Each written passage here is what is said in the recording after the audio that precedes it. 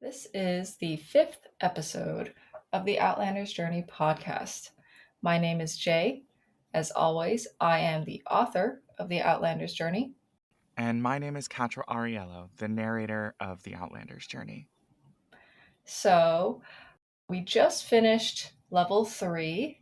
Hopefully, everyone else who's listening is also caught up. It was a pretty long level, so we're going to jump straight into discussing everything. But really quick first, some housekeeping. Level 6 just finished up with all of its chapter releases. I'm currently in the process of writing levels 7 and 8, and I want to give myself a little more time to revise and edit and get everything sorted out. So I'm planning to start releasing level 7 in 2027. In 2026, we'll be focusing on the audio releases, and maybe I'll start doing a little bit more promotional work and marketing. Yeah. But we're really focused here on level 3. So, structure wise, what I want to do is I'm going to give a quick plot summary of events. And one thing that hopefully you've noticed in level 3 is we're meeting a lot of characters and Yeah. we're also meeting a lot of factions. Every single character is part of a different faction with different interests, potentially conflicting with other groups. And so we're going to go sort of do a little rundown of all the different characters, main characters, and all the different factions and sort of their goals and interests as well. Yeah. All right. So, plot summary of events. Level 3 started out with the characters entering the Western INA and learning through the Aarakocra there that Furbolgs, that Bach, who we'll call brother now, the Furbolgs are no longer living in the north, where brother thought that they were. They instead have migrated to the east due to this spreading decay that has started in the north. Reka, a scout from the Western INA, has been tasked with guiding them to the east. And along the way, the characters end up entering through one of the many portals of the Feywild. There, Laurel meets the Traveler and strikes a deal with the Traveler to help them escape. Brother, Miley, and Mock meet a dryad from the past who trains them and helps them sort of rediscover their relationship with magic. Once they find their way out of the Feywilds, they are basically directly teleported straight to the east by the Traveler. And it is there where they meet some important figures such as Archdruid Ihi Nero, Leorin, Seer Mikas, and I'll also mention the Old Whisperer. Brother and Maya Lee go through this long process to regain their memories with basically a greater restoration spell. I have so many thoughts on this when we get to discussing these parts too. Yes, I bet. And then in gaining their memories, Brother makes some realizations and also finds out that Sanos is actually alive. Brother and Laurel have a discussion together about what to do and how to handle Sanos, and they both decide that they do want to just straight up kill him, and they want to get to him before he gets to them. And so they also strike a deal with Leorin to get this done. And that is where the level ends. All right. So that is a quick plot summary. Let's jump into all the different characters. I'm going to start with our sort of 4 main cast of characters Mm-hmm. and go in kind of alphabetical order, starting with Ark. So Ark is, I think we don't really get a close understanding of his exact relationship with the INA, but I think when we bring in Reika, we'll get a better understanding there too. But one important thing that Ark did this level was he kind of played a mediator role between Laurel and Errol, who were still kind of having these simmering resentments with each other. Mm-hmm. Ark had a really nice scene where he and Laurel spoke privately and Ark very quietly told Laurel, like, hey, I'm sorry, I overheard a conversation that you were having, and I just wanted to let you know that, I see things your way. And just Ark's high wisdom has been really helpful in bridging some of the gaps between these groups of people. Yeah. I also think, like, the sort of character journey that he's on, it's really interesting because, like, Ark as a character, he, like you said, when we started off is when we're getting back to the Western INA, we're getting back into the land of his home people. Hmm. And so I remember we have that scene at the very beginning where there's like a bunch of other Aarakocra going like, "Oh my God, wait, that's Coney?" Hmm. Hmm. And he's having to now like deal with this. He's been dealing with this well in previous arcs. Arc has been dealing with this in previous arcs.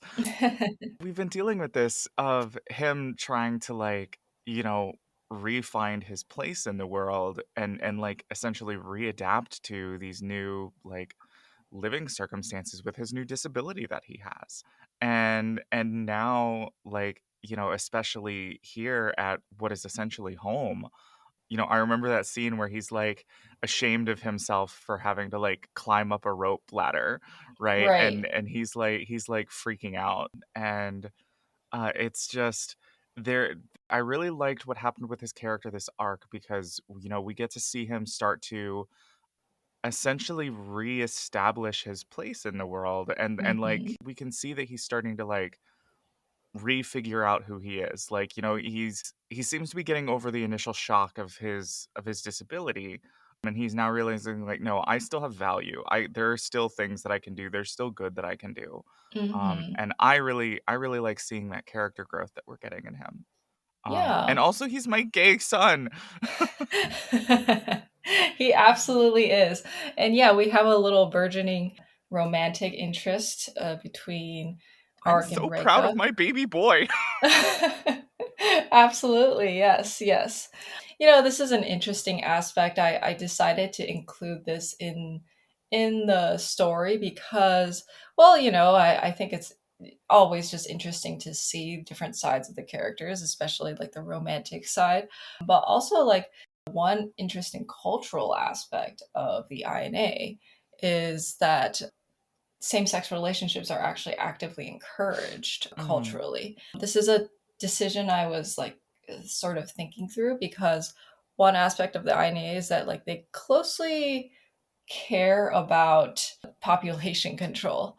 And one of the ways that they try to manage that is that they more or less determine like, how many eggs get laid at a certain time. Mhm. They're very closely monitoring that because they want to make sure there's like balance with the ecosystem and things like that. So what they do is they're like, well, if you do want to have a love relationship that doesn't risk the possibility of having children, date within your gender. And so that is one of the ways that they've done this. I took this idea from a sci-fi series that I really like called Shinsekai Yori, where they do something very similar. In order to maintain population control, they actually actively encourage same-sex relations. Cool. But for Ark and Reika, it just feels very natural to them. And in a way, like every single character is some flavor of like pan or bi within the INA.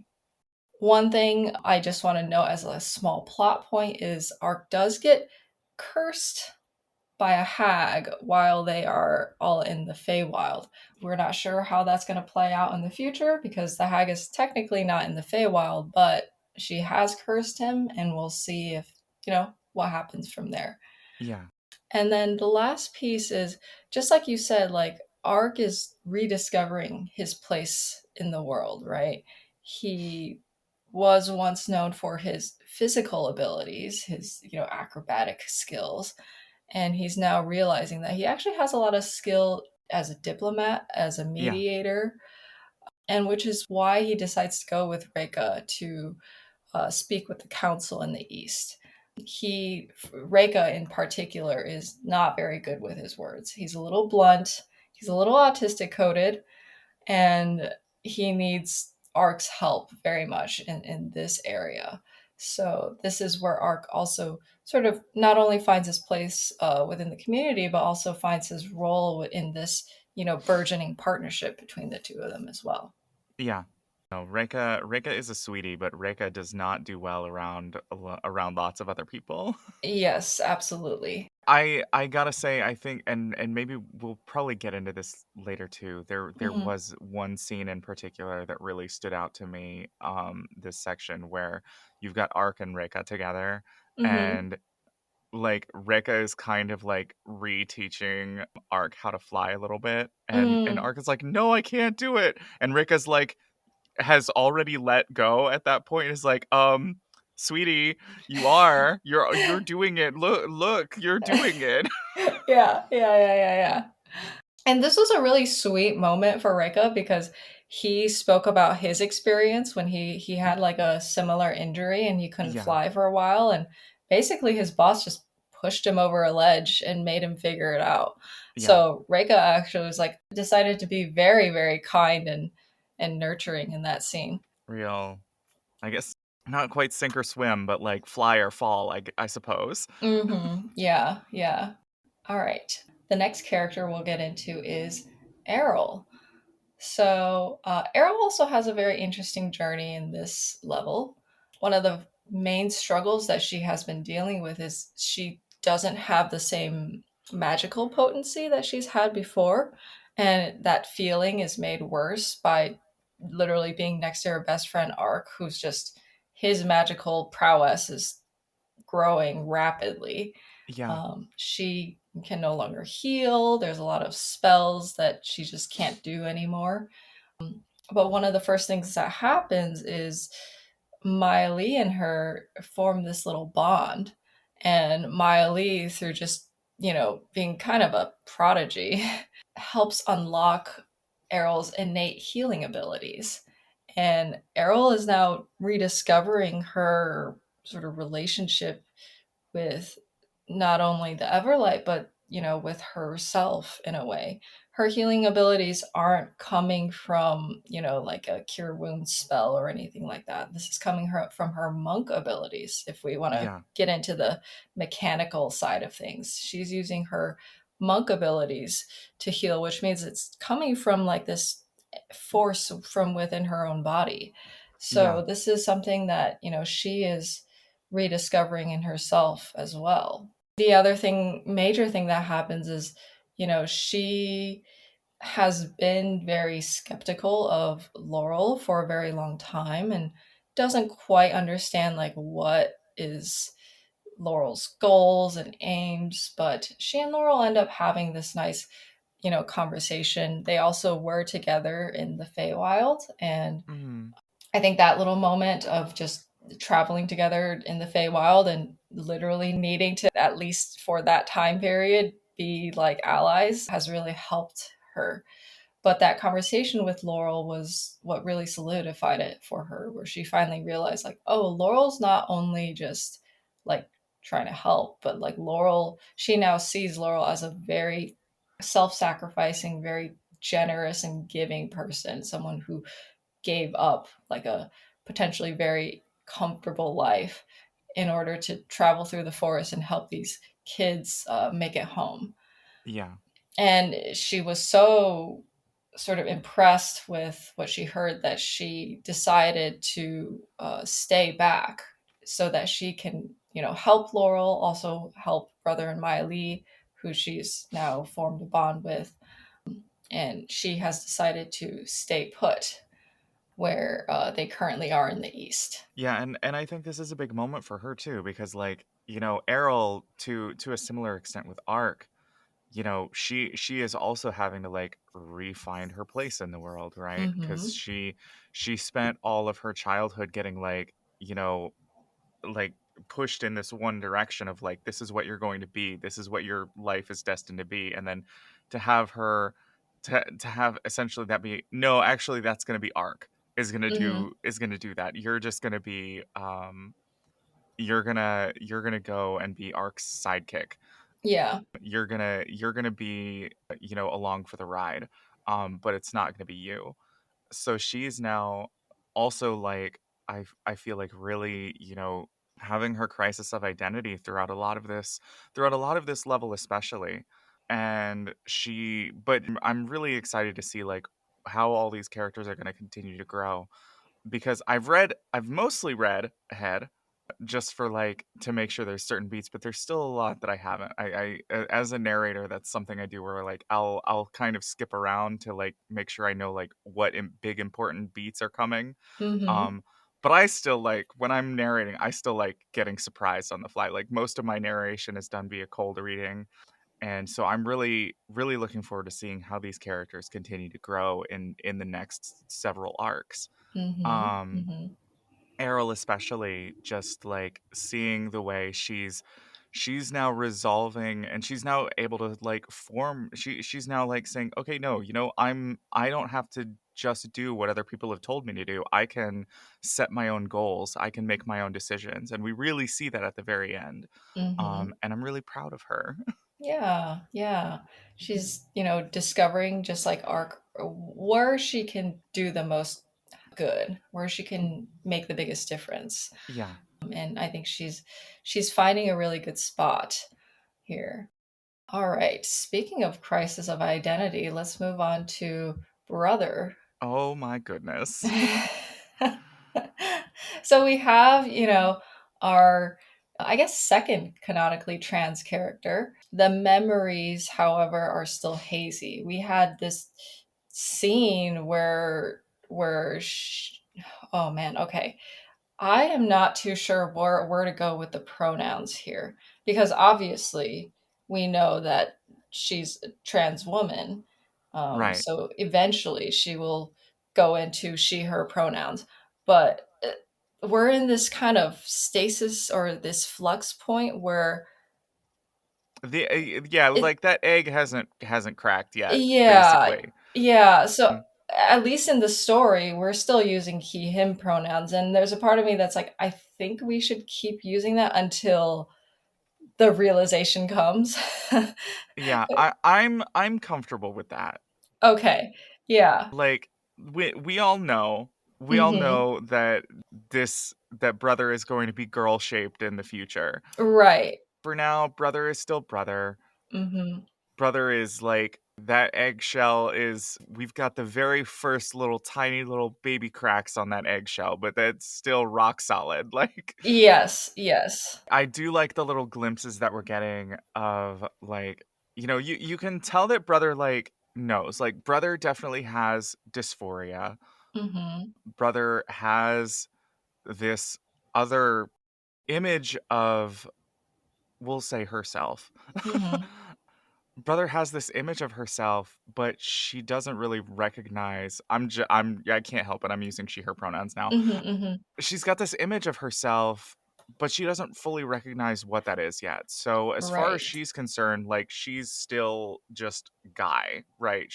Yeah. She's guy, she's big, strong, takes care of everything.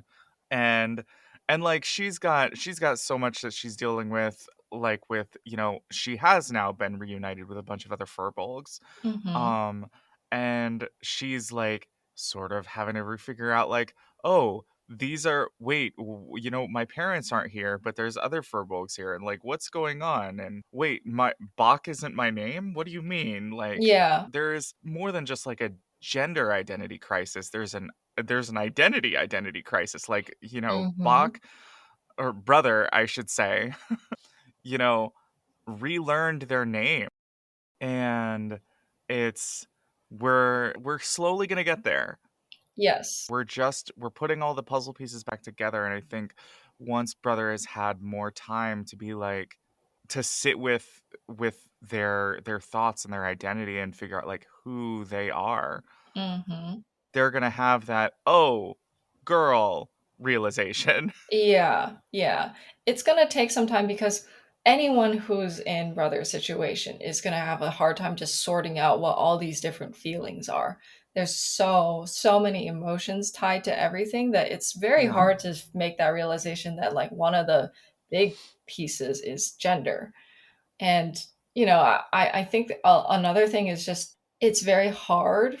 I don't think the topic of being transgender is something that's really, really discussed, Yeah. culturally and stuff.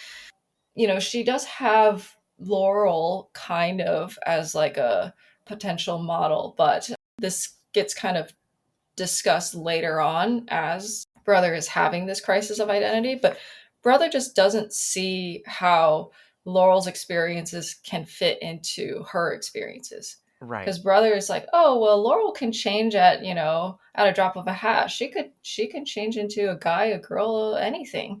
And she goes, but I can't do that. So obviously I don't have the same thing.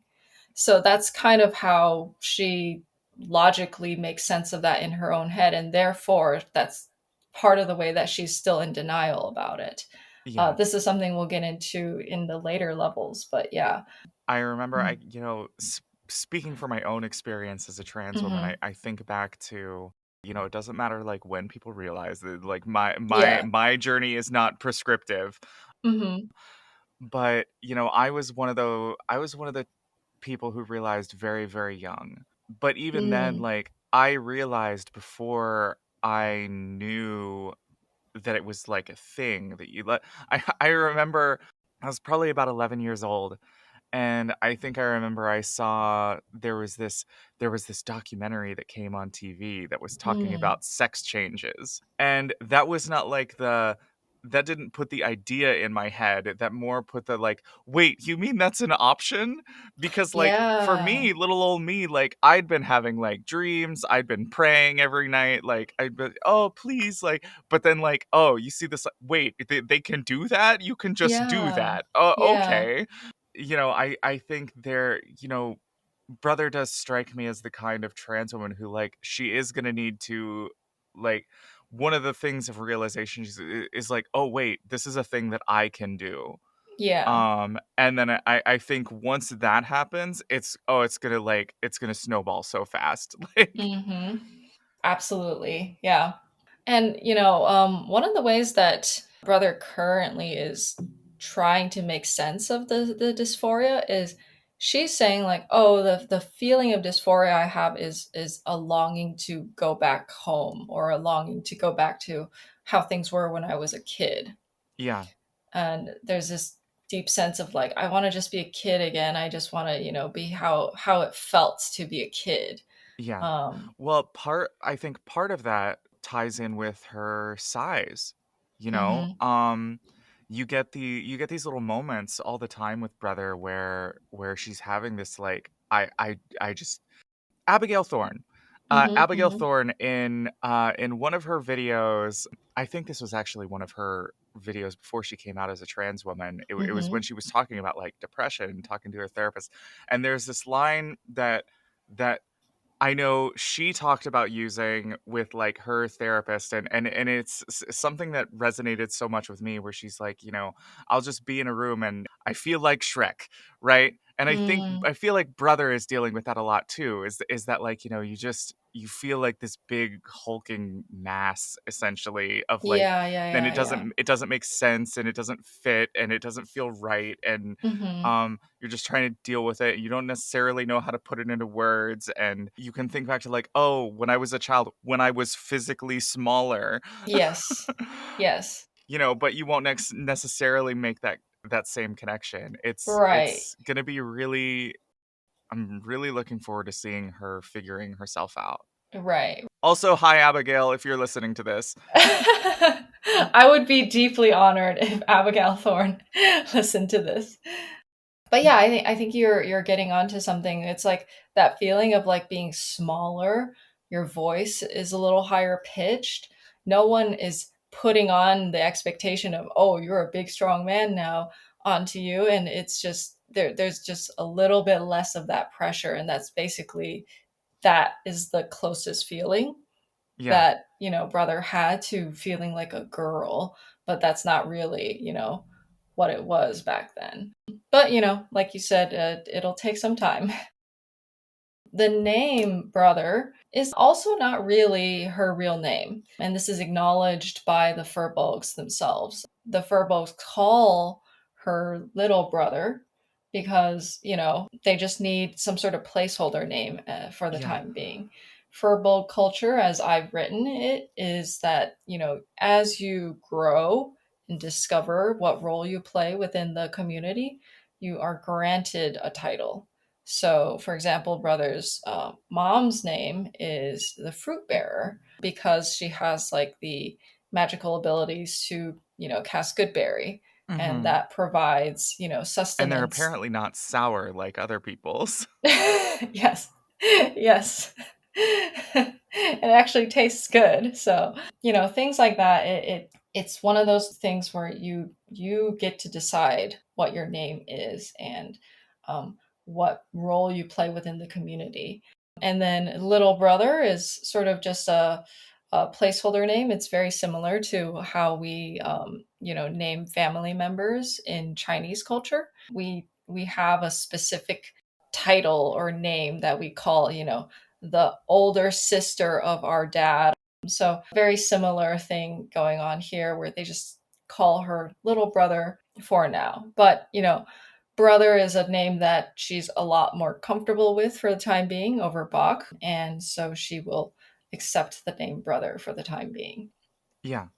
And then, just a little side note, the whole idea of like furbolgs not having real names, that's actually in like the Forgotten Realms. That is a false narrative spread by Volo. Of course. Yeah, it is.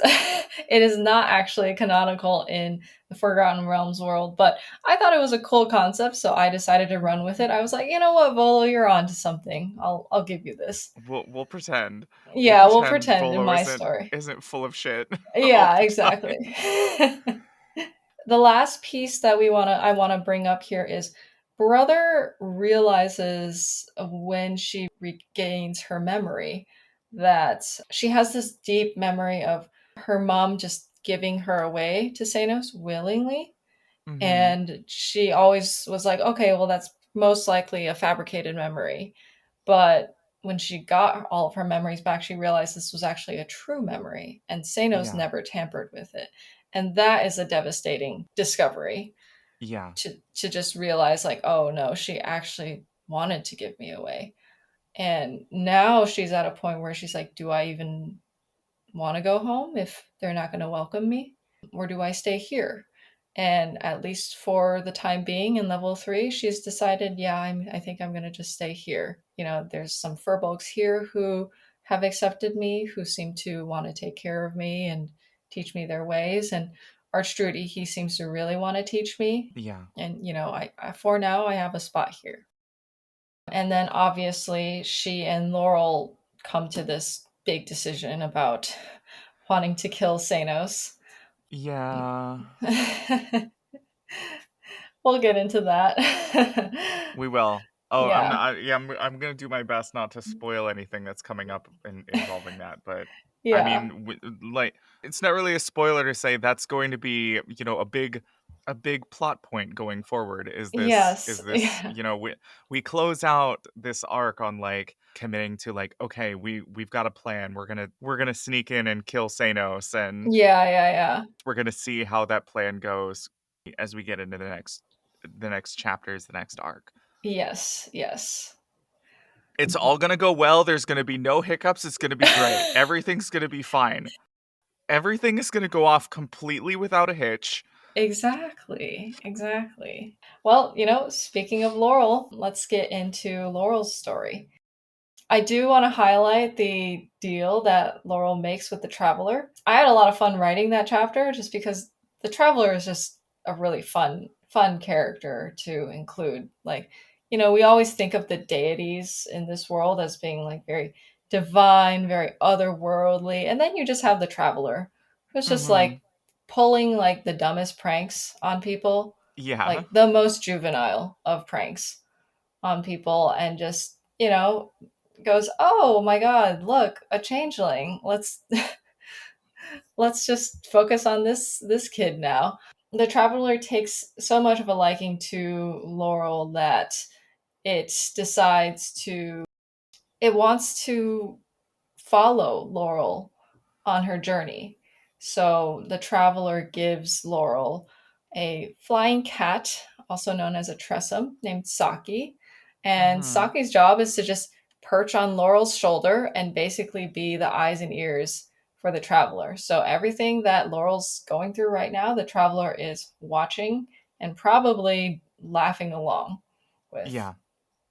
One piece of lore is that the traveler is the patron deity of the changelings. Long before, the arrival of the elves of New Everland, the changelings were like a nomadic group.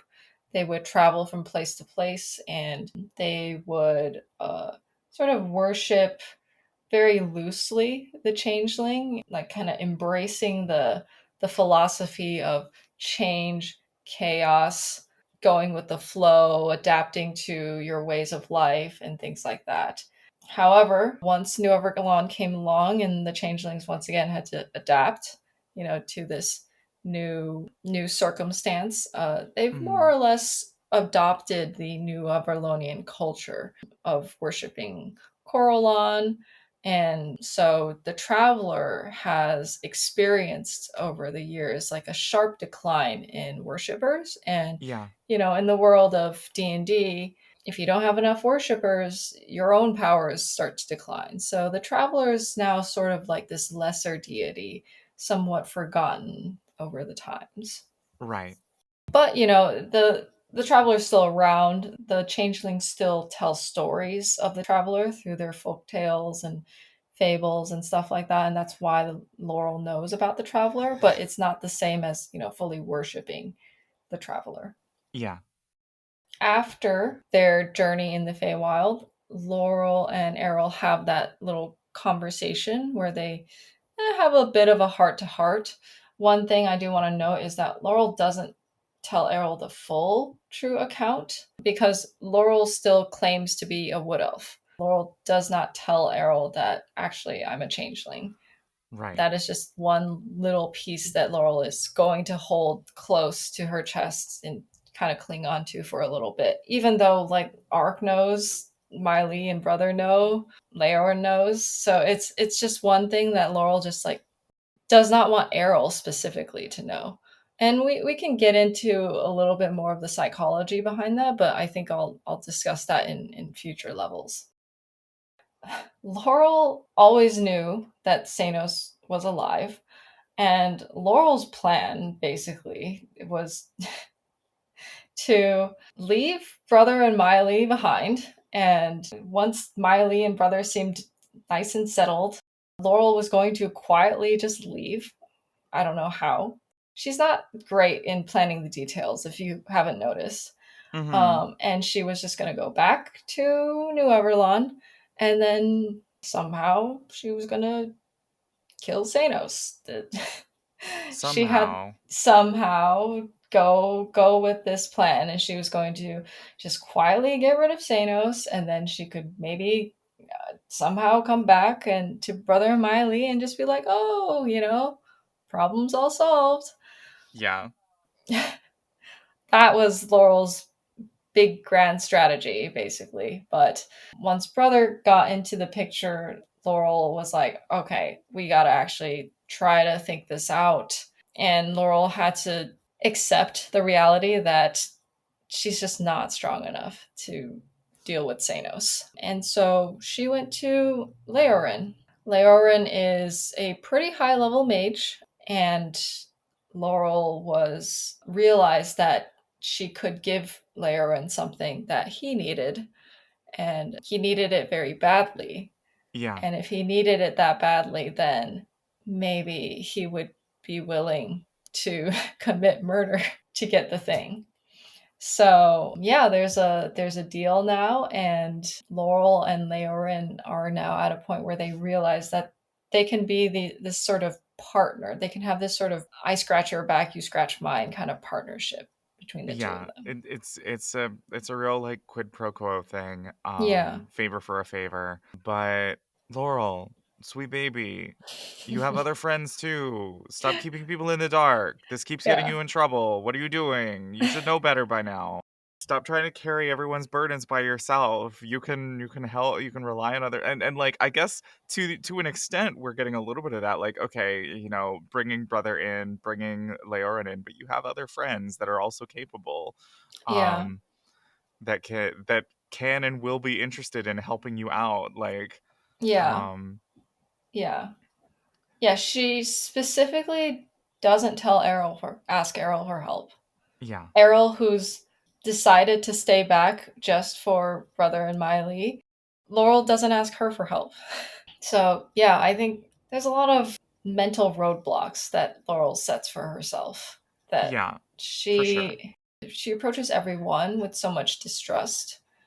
And even in the case of Leorin, she's not going to Leorin being like, hey, we're just a bunch of kids. We're helpless. We really need your help. Laurel goes to Leorin saying, hey, I'm your equal. I can give you something. Which I think, if you think about it, it's kind of a devastating thing to realize about Laurel, that Yeah, Laurel, she views every relationship as transactional. Maybe not with Brother and Miley, but with everyone else, there's a sense of like, you're not going to help me unless I help you. It kind of ties in with, Laurel's upbringing. Every single time that we've seen Laurel try to ask for help, it's been a painful, painful experience for Laurel. right. And so the feedback that Laurel has gotten is basically, well, I should never be in a position where I'm asking for begging for help. I should be in a position where it's like a transactional thing, which is why she did what she did with Leorin. Yeah. I think there's also a level of feeling like, oh, I'm the only person that I can rely on. If I need something, I've got to just do it myself, otherwise it's not going to happen. And that's not true. Laurel should know better. Laurel, you don't get this far. You don't make it this far on your own. Yeah. Yes, absolutely. You've needed to rely on people. You've needed to rely on the well-being and the assistance of others throughout this entire journey. Get it through your head, girly. But she just doesn't see it that way, unfortunately. She just sees it as like this whole journey has been me trying to handle fires and go at it alone because, my brothers abandoned me too. I'm the only person who knows about Xenos, and I'm the only person who can deal with Xenos. And there's just there's a lot of, in some ways, self centered thinking going on, even though Yeah. Laurel's being very self sacrificing. But yeah, once again, every single time we talk about Laurel, we're just like, oh, Laurel, why are you doing this? But also being like, Laurel is also just a kid who's dumb and hasn't fully grown up. And I forgot what part of that brain is so that, like, reaches adulthood at 25 years old, but Laurel's not there. Yeah. That part of their brain has not solidified. All right.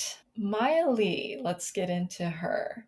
Maya Lee also has a very devastating kind of arc here. And what we're seeing is that, well, I guess what's revealed is that Miley doesn't like having wild magic abilities. We've always known this, but she wants it gone so badly that she believed that going to the Archdruid would cure her. When the Archdruid comes to her and says, I'm not trying to cure you, I'm trying to teach you how to grow with this and Yeah. use it. Miley very much didn't want that. She very much would just rather get rid of it. And what's revealed is that basically the Wood Elven clan or tribe that she's part of is extremely scared of her. They see the wild magic, they see the influence of the Feywild, and they want nothing to do with that.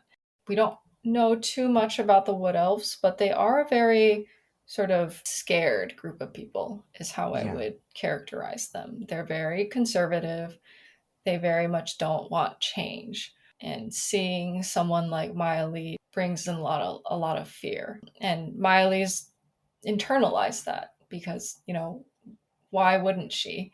She doesn't really see how having this strong connection with the Feywild is beneficial. And the other way that this manifests is as soon as they reached the east, where there's like a very strong sort of presence of the weave, Miley is having this almost like gaining this almost sixth sense where Yep. she can like see people's, not only their physical form, but as I describe it in the narrative, like a woven form, this Mm-hmm. other kind of shape that the people around her take. And she can see like sort of not only their like the emotional state, but she can sort of see their like secret intentions and aims and things like that. And it's just a very overwhelming and frightening experience for her. She doesn't want any of this, and like who would want this, right? When you're the only person experiencing it, you can't really talk to people about it. It's the whole thing is just very, very horrifying for her. And then coupling with this, when she decides to regain her memories, she learns that like her people despised her so much that even when they were like, okay, we're gonna leave, we're gonna go to the Archdruid, the Wood Oven clan like sent assassins to kill her and her family Yeah. because they were just like, no, no, we're just gonna get rid of the problem at its source. And realizing that that is why her parents aren't around anymore, partly because of her and her curse as she sees it, It's she devastating. it is very devastating. It is way too much information for a 12-year-old to handle. She comes to with her memories regained, realizing her parents are gone, realizing she has to live with this wild magic, and she just looks around and she sees Brother and Laurel and Errol, and she goes, okay, this is all I have now.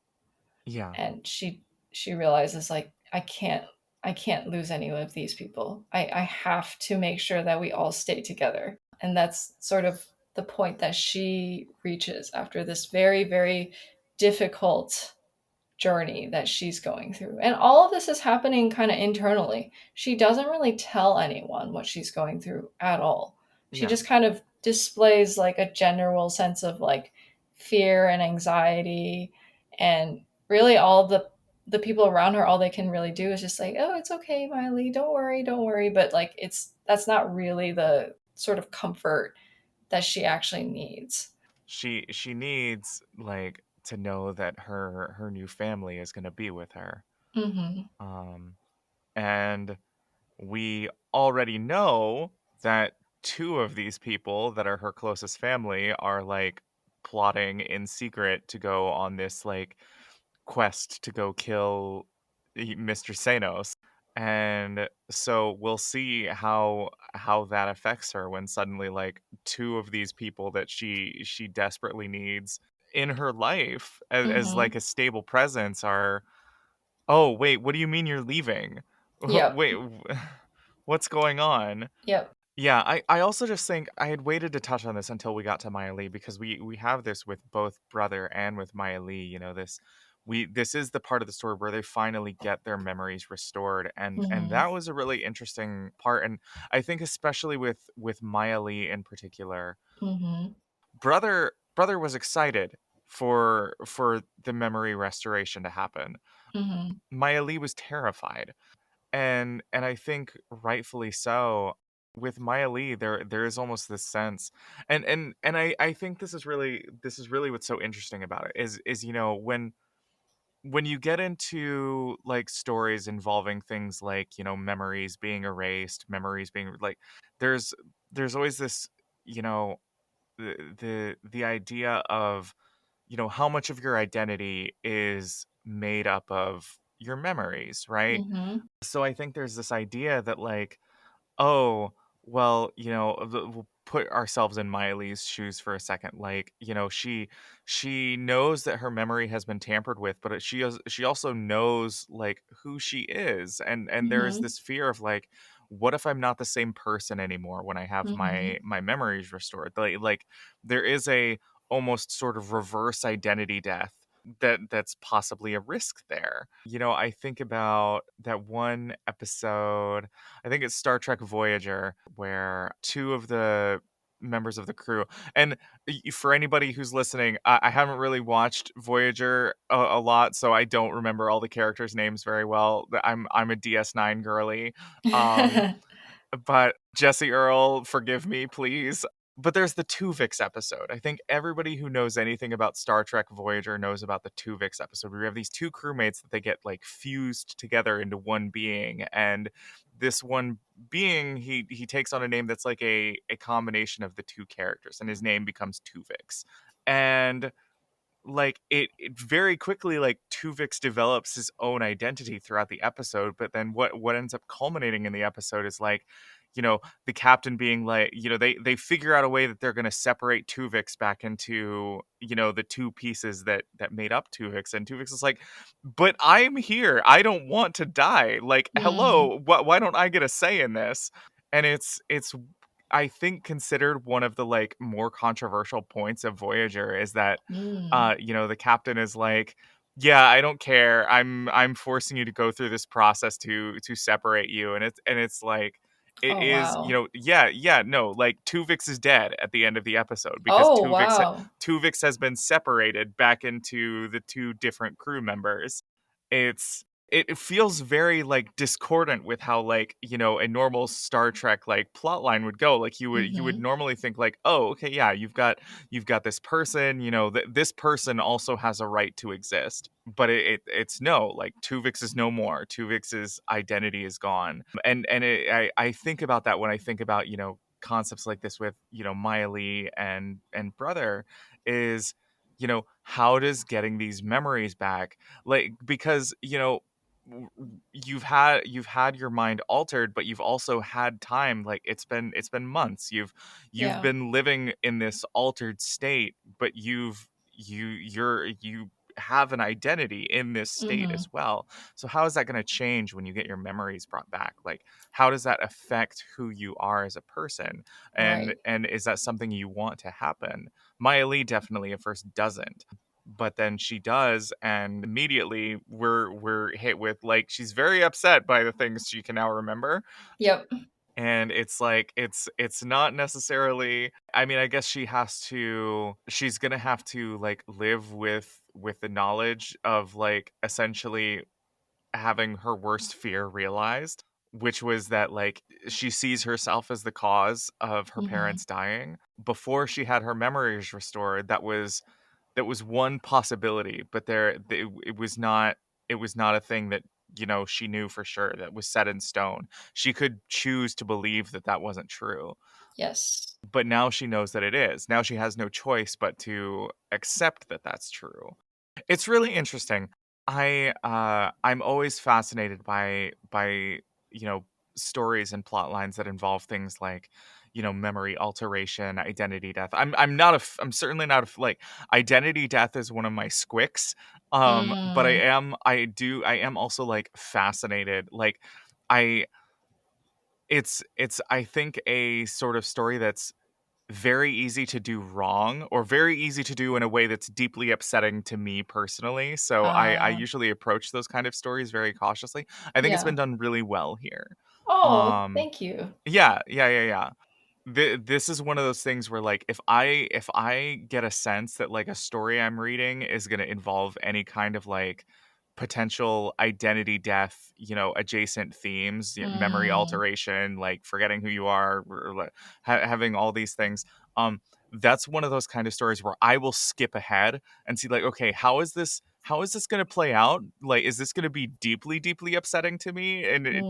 to the extent that I'm not going to want to read this, or can I go for this ride? I see. And yeah, I really like the way this has been handled here in the Outlanders Journey, for sure. Oh, thank you. Thank you. I appreciate it. And jumping on to this point that you were saying, where, Brother was very excited to go through this memory restoration while Miley was not. And I mean, that comes from the fact that Brother doesn't want to be the person that she currently is, which is Right. why the regaining of memories is like an exciting prospect. Like, oh, maybe it'll change me into the person I actually want to be. Mm-hmm. Right. And for Maya Lee, it's like I have this feeling that, some suspicion I have might be true, but like the deepest fear that Maya Lee has is being unwanted, being Yep. unloved. And having that suspicion confirmed is the most devastating thing for her. Yep. Right before she got her memories restored, though, she felt at the very least like, okay, I have people that seem to love me. I have like what seems like a stable little found family. I'd rather keep that illusion as much as possible.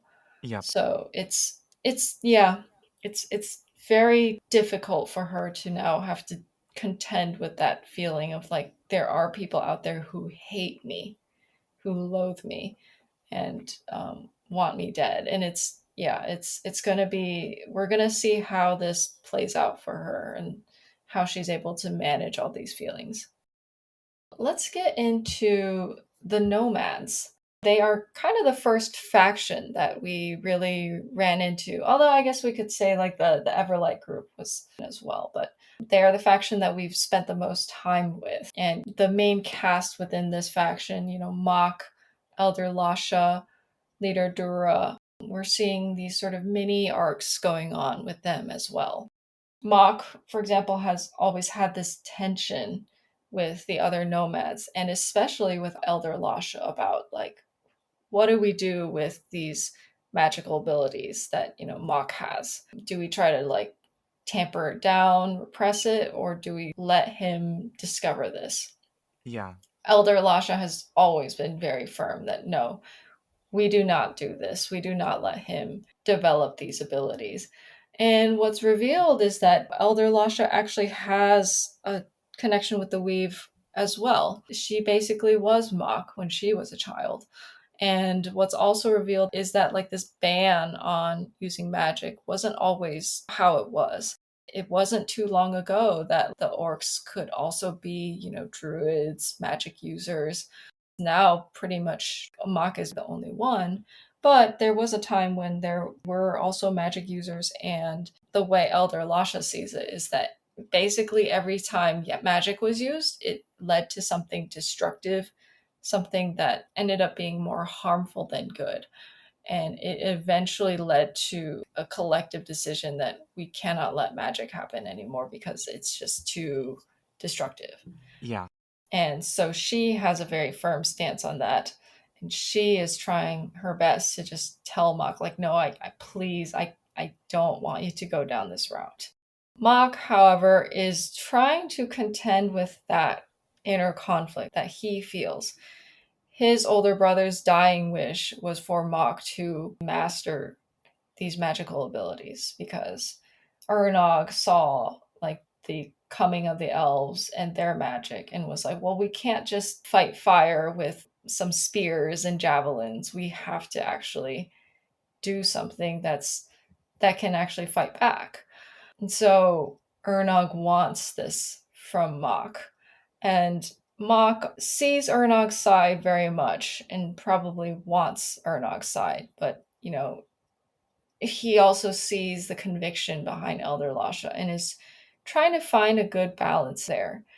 When he meets with the Archdruid, he reaches like a nice realization, which is that he wants to use his magic as something restorative. He realizes that there's a way, if he becomes proficient enough in magic, to actually bring people back to life. Yeah. And he realizes like this is the thing that I can do for my people with magic. And he has so much conviction behind this that even Elder Lasha is like, all right, we're gonna let this happen. And Leader Dura was always kind of on Ernog's side in this regard. So Leader Dura has always sort of secretly been like, yeah, go study magic. Yeah. But yeah, we're seeing the way the nomads are contending with having to completely relocate to this strange land, like this forest, and they don't know anyone. There's just a handful of them left. Like, how do they move on? How do they come back from this? And Mock is saying to them, like, I can bring us back. And I think any person who's seeing what Mock is potentially offering would be kind of swayed by his words. Be Hmm. like, oh, we have a shot. We can still live. Leader Dura herself is contending with the fact that she's about to have a baby, and this baby is going to be born in the forest. The first orc to be born not in the Great Plains. And there's something very significant about that, that like we're going to have soon a new generation of orcs who don't know what the Great Plains are like. And the forest is going to feel more like home for them. There's a lot of contending with, I guess the theme of level 3 is just like identity crisis, right? Who are we as a people now? Yeah. Can we even call ourselves a people with so many of us gone? Well, maybe if Mock is able to become some kind of archdruid type figure, Mm-hmm. maybe we can, restore our people, Yes. right? Mm-hmm. The nomads, they've been completely devastated. Mm-hmm. And it is just like okay, well, there is a bit of a level of, and it's not just an Elder Lasha, but like, and I think a lot of them is like, okay, well, Mach is our last shot, basically. Like, Mm-hmm. otherwise, there's not a whole lot that they can do. There's so few of them left at this point. Yeah. But hopefully, there will be good times ahead. Now that they are in a place where, they do have a bit more stability, they do have a bit more of an ability to like take a breath. You're not having to constantly deal with like traveling like cross country, Mm-hmm. through treacherous conditions and getting pursued by a genocidal army that wants to kill all of you. Like, Yes. we'll get to really see them relax and start putting the pieces of themselves back together. Yes, absolutely. Yeah, and they are very much welcomed here. They are safe here. It's in some ways a little bit on their own terms. They have the space to decide and regroup and figure out where to go next. Yeah. Now, the next faction, or I guess the next character we're going to get into briefly, is Reka. We've already talked about him with Ark, so I kind of want to get into a little bit more about the INA. So, the INA, as we've kind of established, is split into four major regions like north, south, east, west. And we're getting a little bit of a picture of what each of the regions are like now. Hmm. And one of the things is like every region kind of has a different like stereotype. The West is seen as kind of the most rugged region. They're like, the guards, protecting from the West, and they want to also they also have visibility into the North and the South as well. And so they're kind of seen as these guards, and they're very like, Reika kind of embodies that picture very much. Reika is very like muscular, he's very stoic, he's very much a like, I will like do this task like with all the physical capabilities that I have.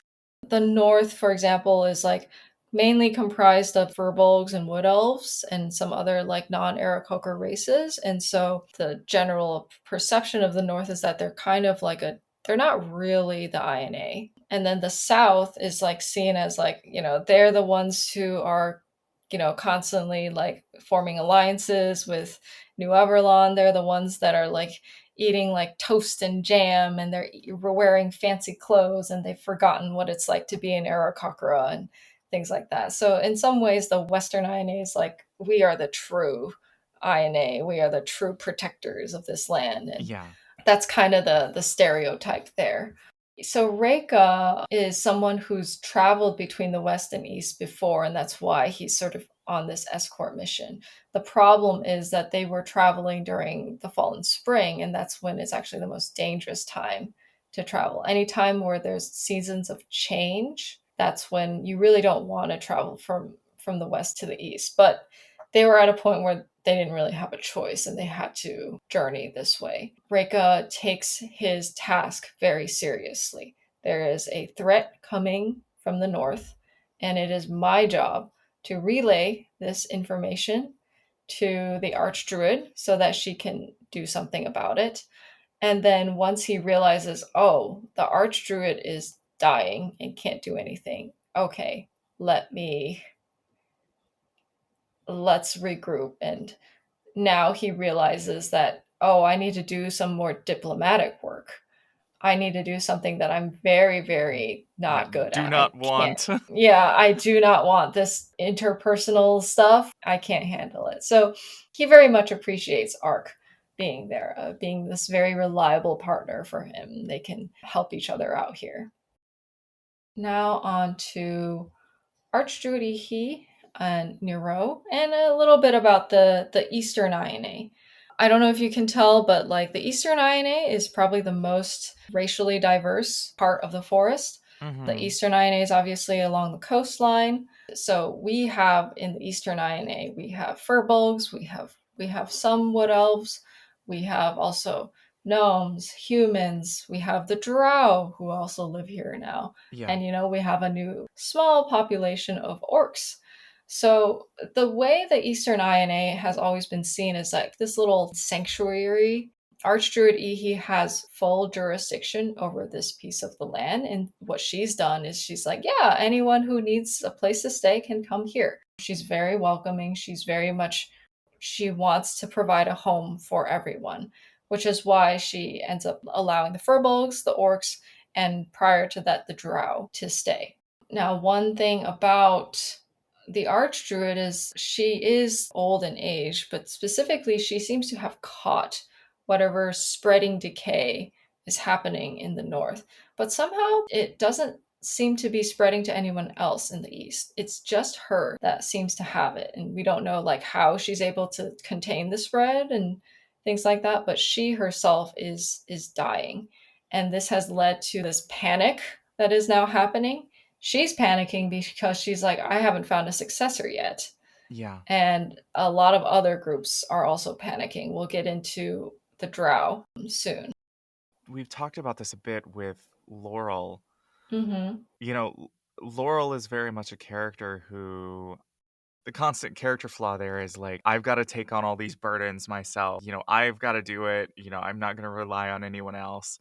And I think we're almost seeing a much more extreme version of that over a much longer period of time going on with Mm-hmm. Archdruid Ihi. Like Archdruid Ihi, like there's all this decay that's spreading, but Archdruid Ihi is taking it all into herself, basically. She Mm-hmm. she is internalizing this and trying to shoulder the entire burden of this alone, and it's killing her quickly. Mm-hmm. We'll see how this plays out further with the Archdruid. It seems like a parallel to me almost of it's like there is this theme, throughout the Mm-hmm. Outlanders journey of like, stop trying to take on all the burdens, stop trying to be an island. Being an island isn't going to fix the problem. It's just going to, maybe stave it off for a little bit at best. At worst, you're just gonna end up making the situation worse and harder for Yes. other people to deal with when they now have to clean up your mess. Yes. Absolutely. Yeah, I'm really glad that you picked up on this because, yeah, I mean, like we're talking about, and this gets into the greater theme of the Outlanders journey, which is like, I am trying through this story to figure out what it means to build a community, Mm-hmm. to build a home where different groups of people can live together. And like, this is one of those things where, like, like the whole, like, American culture is very individualistic, right? Pull yourself up by the bootstraps. I think it's kind of a ludicrous concept. Absolutely. We have this sense of like, I want to really get into what it means to be a part of a community, to do things communally, to be like helping one another and also receiving help versus like the kind of culture that I've grown up in America, which is very much like, you take care of yourself, you do everything yourself. So yeah, I'm trying to explore this idea in the Outlander's journey. One piece I'll say about Nero, she is the caretaker of the Archdruid. She is the most probable successor of the Archdruid, but it is very interesting that the Archdruid has basically skipped her and said, I have my eyes set on Miley, brother, and Mock. We don't really know the nature of Nero and Archdruid's relationship. There's beliefs that the two are lovers, but no one really knows what happens behind closed doors. So we're not too sure on the nature of their relationship. All Yeah. we know is that Nero seems to just sort of be an assistant Mm. to Archdruid Ihi, and she seems very kind and very giving in the same way that Archdruid Ihi is. But I've made a couple of like notes that like no one actually knows what her true intentions are. Yeah. We'll see how this potentially plays out as we go as well. I'll do a brief piece on the Furbolgs. The Old Whisperer was the Furbolg who found everyone when they arrived in the East, washed ashore on a beach. He and the mini Furbolgs are also very new to the East, and one thing that's revealed is that this is only a portion of all of the Furbolgs.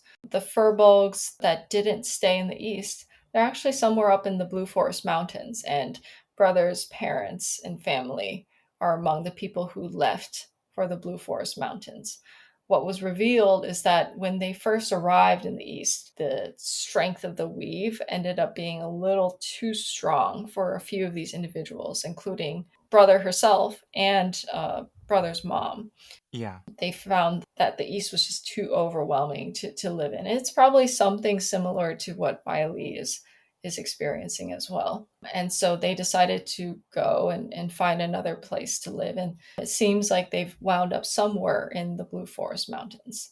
There's, talks about potentially reuniting as a group, and there's a lot of hopes that, maybe they can come back together someday. But Fingers yeah, very crossed. I know, right? They're very similar to the nomads in that like they've had to uproot themselves and take on a new way of life. One big piece that brother was very shocked to see was that they actually are eating meat now, something that they almost never did back then. But that was Yeah. because they had spellcasters who could just cast Goodberry. And they were like, Hmm. okay, well, we don't need to eat meat. If we're short on food, we'll just eat, these good berries. But they don't have people like Brother's mom anymore. And so they have to find like more sources of food. So they are now meat eaters as well. It's great to get to see more of the Furbolgs, and I know we already kind of touched on some of this with when talking about Brother.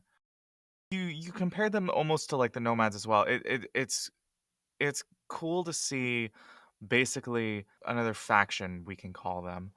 Um, Mm-hmm.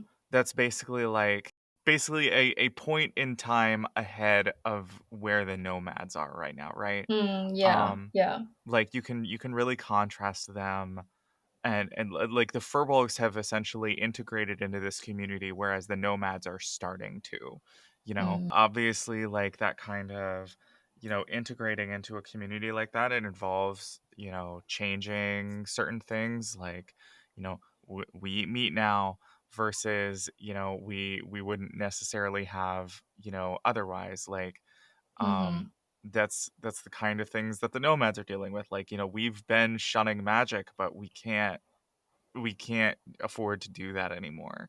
Like, the Right. reality of our situation is such that, like, we have to adapt and change or become dust, essentially. Mm-hmm. This is Mm-hmm. one of the ways that the Furbolgs have adapted to their present circumstances, and we'll see how potentially reuniting the Furbolgs plays out and how that's going to affect, their society as well.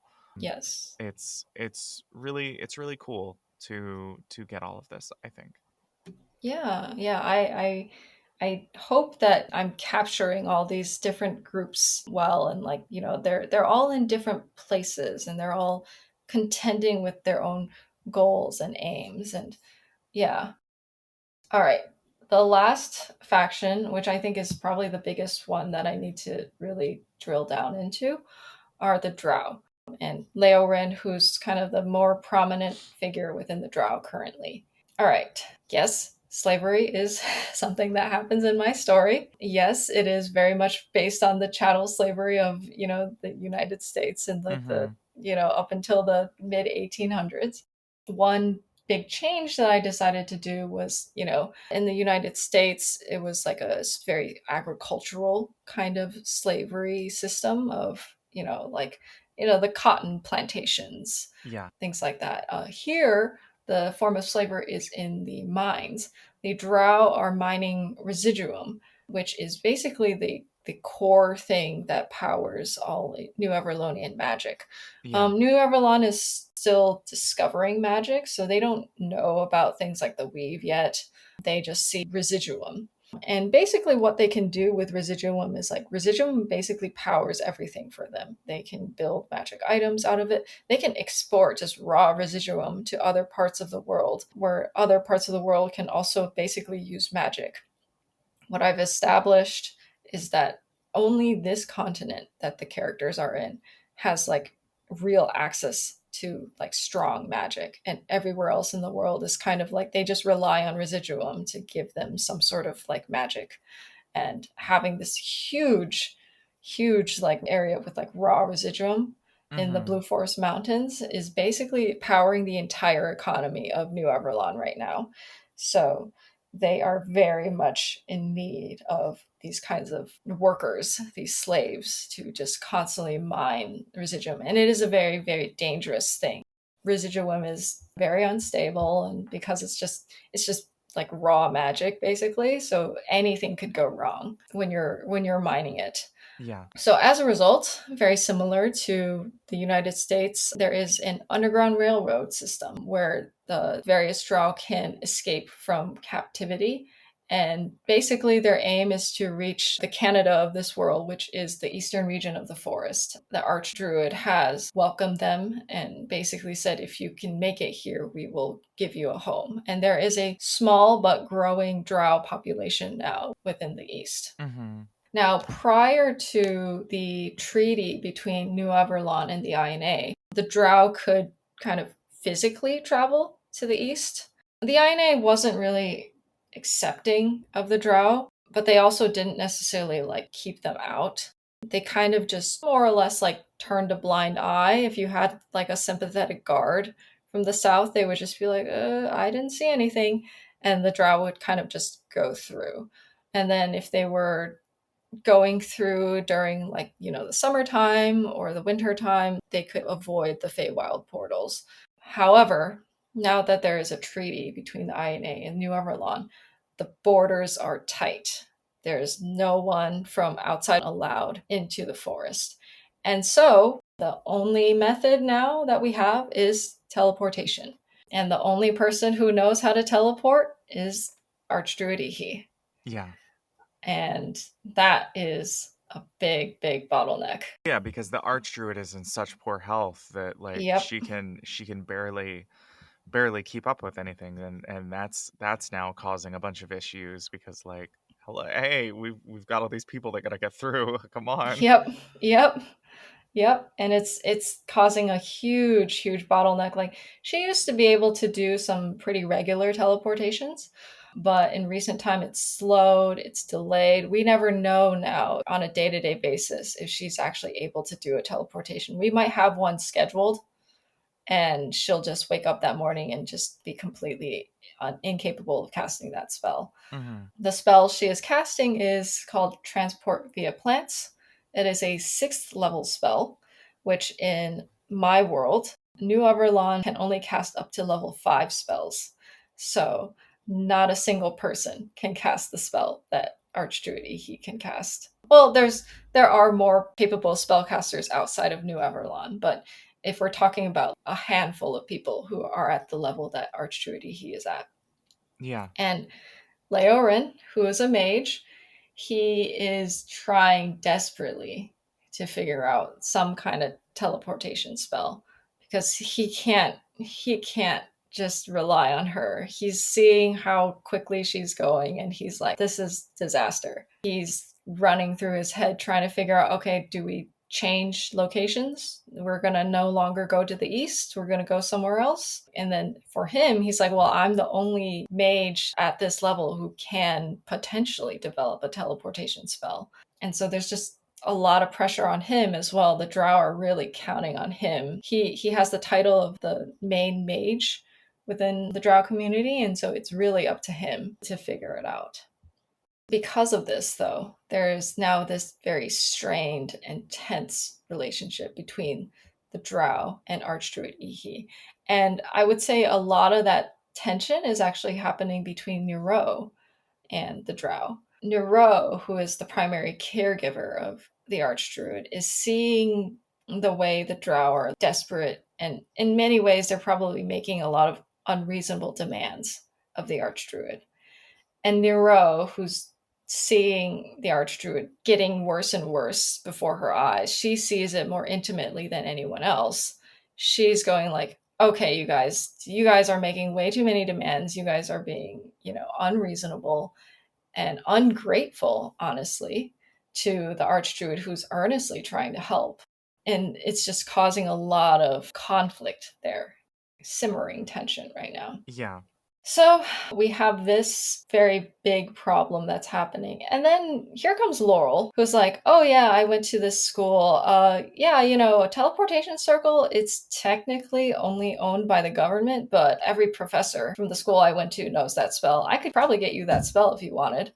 Here comes basically like the solution to every problem that Leorin is dealing with, just dropped on his lap through Yep. Laurel. And Leon just goes, oh, this is it. This is the Yeah. thing. Like, this is what I've been waiting for my whole life, or Yeah. this And entire time. I would say rightly, like, we can look at this from, Nero's perspective and be like, hey, y'all are being unreasonable, whatever. Like, Hmm. Leorin is trying to free his people from the bonds of slavery. Like, Yeah. yeah, sorry, Archdruid, that you're not feeling great, but like, I've got people to save, and Hmm. I can't, I can't, if I can't rely on you, then I need to find another solution. In this case, that ends up being Laurel, but we're gonna see how this plays out with them trying to do this all in secret, as opposed to like trying to recruit additional allies. I know we've got this noted as a character flaw of tunnel vision, and Yeah. maybe we're gonna see the full effects of these similar character flaws that Leoren and Laurel both share. Yes. Subtle, not so subtle foreshadowing for the next arc, dear Yeah. listeners. I totally like am siding with Leoren here, right? Hmm. Like Hmm. Leoren's got shit to do. Time is not waiting for the Archdruid to potentially get better. It doesn't even look like this is gonna happen. Like the Archdruid Yeah. is dying. Like we Yeah. have to be coming up with a different solutions now. And Yes. if people are getting in the way of that, then they're being an obstacle. It's not Leoren's fault that the Archdruid is in this poor health. Hmm. And I mean it sucks, but that's reality. We've got to adapt to changing circumstances. The treaty happened, and that necessitated a change in how you were getting out of the mountains, getting them over to the Hmm. east. The Archdruid is no longer able to reliably, handle this teleportation. And it's like, thanks for all that you were able to do, but you're clearly not able to do this anymore. So we've got to find another solution. Yes. We'll see how Yes. that plays out. We'll see how that works out for Yes. everyone. And we've talked about this with the Archdruid, which is that she wants to shoulder everything on herself, right? One note I want to make is that like Leorin believes that Archdruid Ihi and Nero would not approve of him doing the teleportations himself. This is partly reasonable in the sense that like teleportation circle is one of those things where if you just know what the sigil, the pattern is, anyone who can cast a spell could theoretically go to the east. Basically someone unwelcomed that goes to the east. If New Everlon somehow gets a hold of the future sigil that would mark the east, that could spell a lot of problems. So the way Leorin sees it is like, yeah, they're not going to approve of this, but we still have to do it. Yeah. So yeah, Leorin is going to go forward with it despite the risks and despite what would probably not be approved by the Archdruid. He has to do his job. That this is what he has to do. So yeah, we'll see how all of these little politics play out in the future. And Laurel, who I will say literally doesn't really care about the trial, Yeah. is almost like, I don't want to use these words, but it's almost like someone who's just trying to take advantage of the situation, take advantage of a very fraught and sensitive situation with just like, oh yeah, here, I'll give you a teleportation circle. But you have to help me kill a guy. Yeah. Yeah. Yeah, we'll see how all of this goes. There's like a domino effect of consequences that could play out here. Yeah. Oh, all right. I think we got through everything. Very, very long level. But yeah, before we go, Patra, did you have any book movie, TV, or music recommendations? Yeah, so one of the things that I've been watching recently, I've been so into it, is The Amazing Digital Circus. I'm obsessed. I need episode 7 to come out yesterday. It's really, really good. I've really been enjoying it so far. It's free to watch on YouTube. Check it out if you Oh. haven't. It's basically a group of people get stuck in a VR world, and some of the story is riffing off of the story I Have No Mouth and I Must Scream. So you have this like Oh, omnipotent wow. AI like instructor. But in this case, like instead of being malevolent, it's we're taking place in like a digital circus funland, and you know you've Ah. got the omnipotent AI. His name is Kane. He's crafting these adventures to go on for all of our characters who are stuck here and can't escape from this AI world. And you know it's really cool. The characters are really fun. The animation is great. It's a fun time. Highly Hmm. recommend it. So I know I Have No Mouth and I Must Scream is like kind of a horror thing, and the AI is like the antagonist. Is that the case here, or is it more? So it's kind of unclear. Ah. There are, you know, things where one of the things that you find out the first episode, you get introduced to this concept of abstraction, right? So Mhm. you're a person trapped in this AI world, but if you start to like lose your grip on reality, essentially, Mhm. you can start to do what's called abstract, where basically your identity goes away. You just become this like jumbled mass, monstrous mass of data. And I think it's easier just to watch it. There's only 6 episodes, Mhm. but yeah, Kane, for all intents and purposes, does seem to be like good-natured, but also seems to, and you see this as the show goes on, seems to be breaking down, seems to be glitching out. Like some things are going wrong with the simulation. So, it's not entirely clear how that's all going to shake out yet. Like the show isn't finished, it's still ongoing, but I'm really enjoying it. Oh, nice. It's great. So, yeah, that'd be my recommendation for this time around. Nice. So on my end, I know this show is already really popular. I don't know if it's worth recommending, but my friends and I, my roommates and I are watching Bojack Horseman together. Okay. So two of us have already seen it, and the other one hasn't seen it. And it's really fun to just sort of watch her reactions to it specifically. Bojack Horseman is a very dark show, and it gets so deep into like the whole concept of like, can you change into a better person? Is that something you're capable of? And Bojack Horseman is very brutal in its exploration of this idea because like even if the characters do improve or change, like it feels like you're just watching them make the same mistakes over and over and over again, but it's just so devastatingly realistic to just see them keep doing that, and they just keep chasing these sort of shortcut solutions that just make them feel a little bit better. But Yeah. yeah, it's a really beautiful show, and I think like it's one of the few shows that Netflix actually pulled off because like you don't really see a show that has 6 seasons anymore on Yeah. Netflix. So, I think of all the Netflix shows that have come out, BoJack Horseman is the best show, and I would highly recommend it to anyone who hasn't seen it yet. I've recommended it to a few people, and all of them were just like, "Oh, I couldn't stand like the first season or the first few episodes or something like that." But if you really give it the space and time to like show you what it is, it doesn't necessarily show you what it's trying to do until sort of later on as it goes. So I would say like give it a chance if you're ready for some very deep psychological dives. I would highly recommend it. And maybe watch it with a friend because my favorite part about BoJack is like I get to discuss it with my roommates after every few episodes, where we can like sort of self reflect and stuff too. So yeah. Definitely. Mhm. Well, you said this is like such a popular show. Mm. It's definitely a show that I've known about, but I haven't actually watched it. So given your recommendation, I'll check it out. Yes, highly, highly recommend. All right. Well, this was a very long episode for a very long level, but hopefully everyone got something out of the discussions here and learned a little bit. Thank you so much, Katra, as usual. Your insights and your understanding of all the characters is always really great to hear. Yeah. thanks again for having me, and being involved in this project is like a highlight for me.